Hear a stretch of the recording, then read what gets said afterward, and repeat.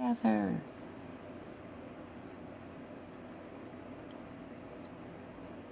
And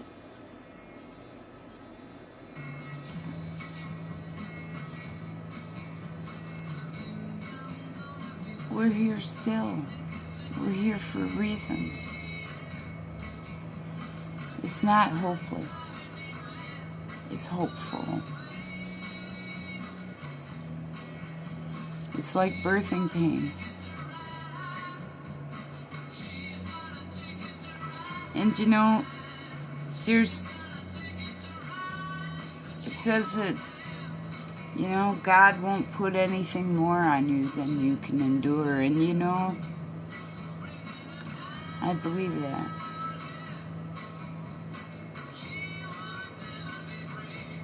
Some of us have faced the most terrifying things in their life this year. And when I say that, there was something that was the most terrifying thing in my whole entire life, and I gotta admit that. And I felt so physically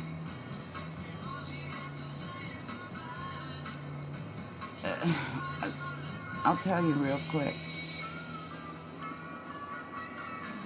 Val and my grandkids went down to the park, and it was like late May or early June.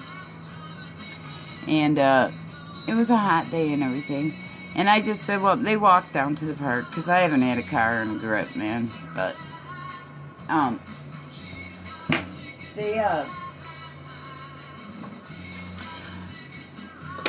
she called me. Well, I was going to just stay around here and do some, I don't know what I was doing, fucking around with something, but... And then I just started thinking about it. I thought, well, maybe I'll take them down a drink. Maybe I'll just walk down there and stuff. So I ended up getting all dressed and everything. Walked down to the park. And she told me she was going to let them all go swimming. Well, I got there, and no sooner than I got there, I seen Greenlee. She was out up to her chest, and she was messing around, and I seen her, I don't know, it just bothered me. And I said, come in here. I want to talk to you. She's like, what? I said, Greenlee, don't go out there that deep. I said, don't go over to that other side. I said, there's a dam over there. You don't know if there's a drop-off or whatever. Even, you know, you could just get stuck in a drop-off. Anyways, you know, I said, anything can happen. Someone else can pull you under. Honestly, it was just insane. And she said, maybe I should just go up to my knees and, you know, kids, you know. I said, either you stay right there and you don't go out past here, or you can just sit in here. I don't really care. But I am all dressed up. I got my favorite hat, my nice clothes on, and I ain't getting wet today, all right? You got it? So she reluctantly, you know, her and Frankie went out there and started playing again. I'm sitting there. Val says, I'm going to go take Asa around by the potty so he can go to the bathroom. She took off, and I'm looking at Greenlee and Frank, and they're kind of going over to the side, you know, which, I mean, they were close to shore. I'm not even joking, close. And I'm sitting there watching them. And I'm like, you guys get over here a little bit more. Got my eyes straight up on them. Frankie, help! Help! Greenlee's gone. That quick. That quick. I was watching them. And I said, are you messing around? They weren't messing around. Okay? A lady sitting next to me on the beach jumped up. I mean, this was amazing. Jumped up at the same time I did, but she was running. I said, are you guys kidding? And I'm running. Got down to the end of the beach. I jumped in. Her and I both jumped in at the same time when we got to Frankie. And I grabbed Frankie and I pushed him towards her. And she says, where's the other one? I haven't seen her for a while. I haven't seen her in a minute or whatever. But I'm freaking hell out. Where's Greenlee? She's under. Frankie was climbing on her, pushing her down. I couldn't touch bottom. I am not even kidding. I was less than 30 feet from the shore. There was a huge drop off. I can't even see her. I'm looking around. I see white hair. And she's got albinism. She's fair. And her hair's white. I see her hair under the water about probably like 5 or 6 feet deep. Probably 15 feet away from me. So I'm diving under there to get her, and I mean, it was the most terrifying thing in my whole fucking life. I can barely talk about it. I can barely go past that park. But I grabbed her and I pulled her up. And she was probably under the water a good 30 seconds. I couldn't hardly get to her because of the current. And I pulled her up and I had her in my face and her eyes. I'll never forget the look on her face. She took a breath and it was terrible. I couldn't even breathe. I'm old, man. I can't. You know, I was fully dressed. I had a jacket on, everything, you know. I don't mean to get all emotional because it was wonderful that she's fine, but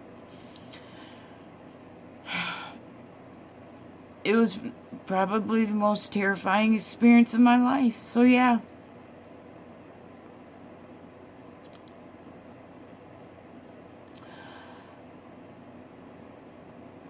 It was scary because it was the most physically challenging thing I think I've ever done in my entire life. And I'm not joking. I tried to hold her out of the water and swim. I could swim maybe 10, 15 feet. 10 feet. I was getting pulled by the current. I'd go a little ways. I was under the water and have her like this, you know. And I'd have to come up for a breath. And all I could do was throw her forward and then swim to her and pull her back up again. And it took like 3 times of doing that. And every single time it was just as scary. And I'm getting all emotional, but terrifying.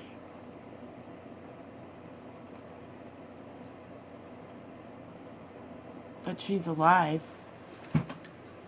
And so am I. And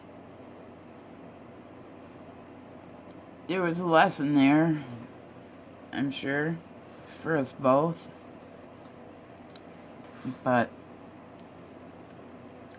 pretty scary.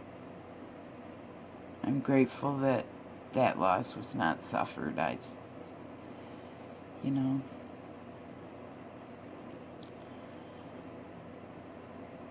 it put in perspective to me, not the value of life, so to speak, because it is a valuable thing. I mean, there's no question.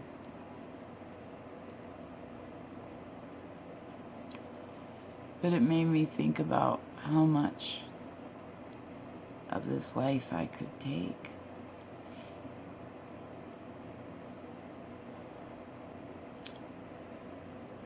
If that baby would have drowned,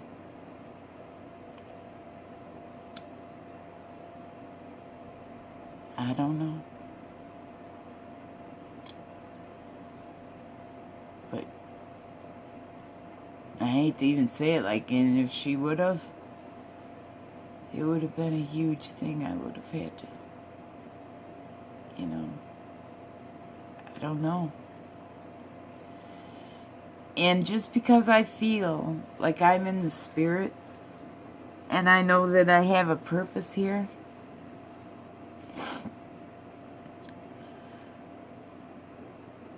I'm still in the third dimensional world. I've still been, that's what I'm accustomed to. And I can create this moment something wonderful for myself or something horrible. And sometimes the horrible things you can't blame on yourself either. It's part of the codes, part of the things that is supposed to aspire you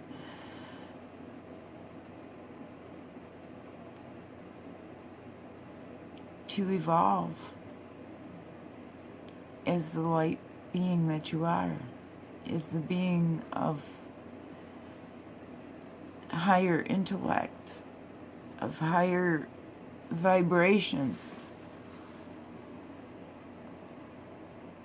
way more in control than you've ever been told.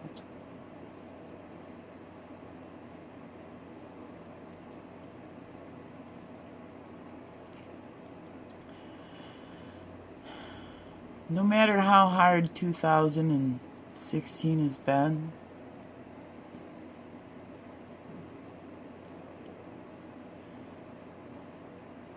it's bringing us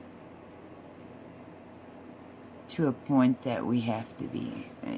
We do. We have to. We have to.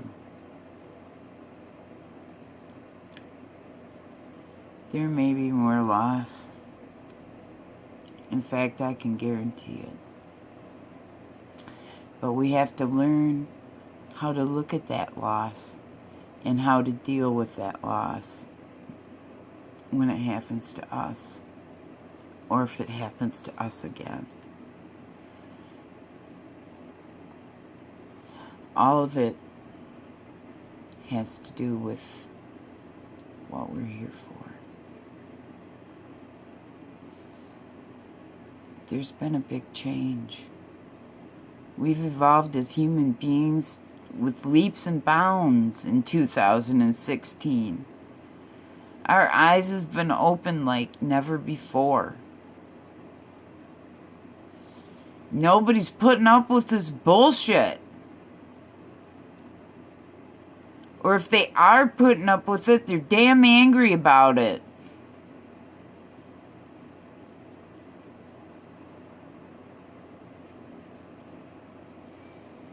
How's 2016 going to change 2017 for you?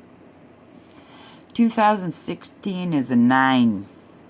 Okay, when you add it all up, it's a number 9. It's always the worst. It is, usually, you know. Nines are a completion of a cycle. It's the hardest hump to get over. It's the biggest, it's the very last,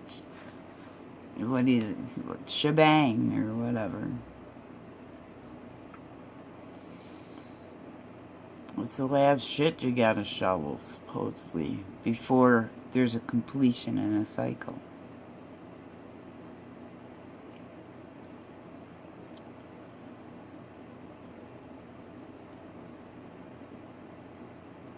The light has sent us a surge. We've got a surge of consciousness that we cannot deny. If you are denying it, like I said, I feel bad for you in 2017. Because there you're going to be slapped up against, you know, there's going to be some, you know, if you're still sitting there judging people, getting pissed off, raising hell and being self-righteous, accusing, prejudiced, bitter, ungrateful, greedy, selfish,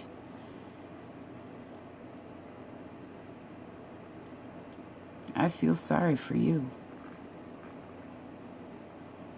Oh, sure. You might be able to get some shit off of all of us for a little bit. For a little while. But all this shit's told me is the light's got you by the balls. Not just Trump. The whole patriarchal freaking mess. The whole, not just patriarchal, but, you know, the polarity. Your dark, greedy asses.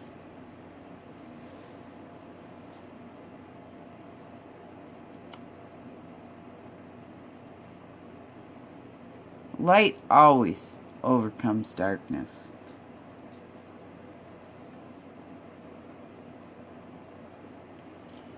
But hey, look what we've done already, and we're just babies.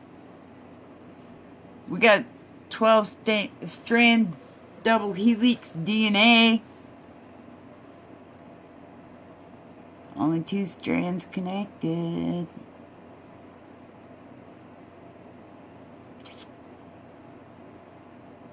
We're waking up. We're seeing it. We know. Okay? You running some shit. Ain't gonna happen no more.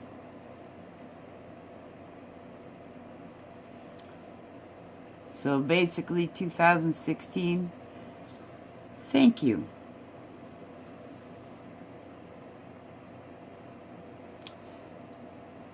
Thank you for equipping me and the rest of us with the fortitude and the light to see this shit out. Much peace, y'all.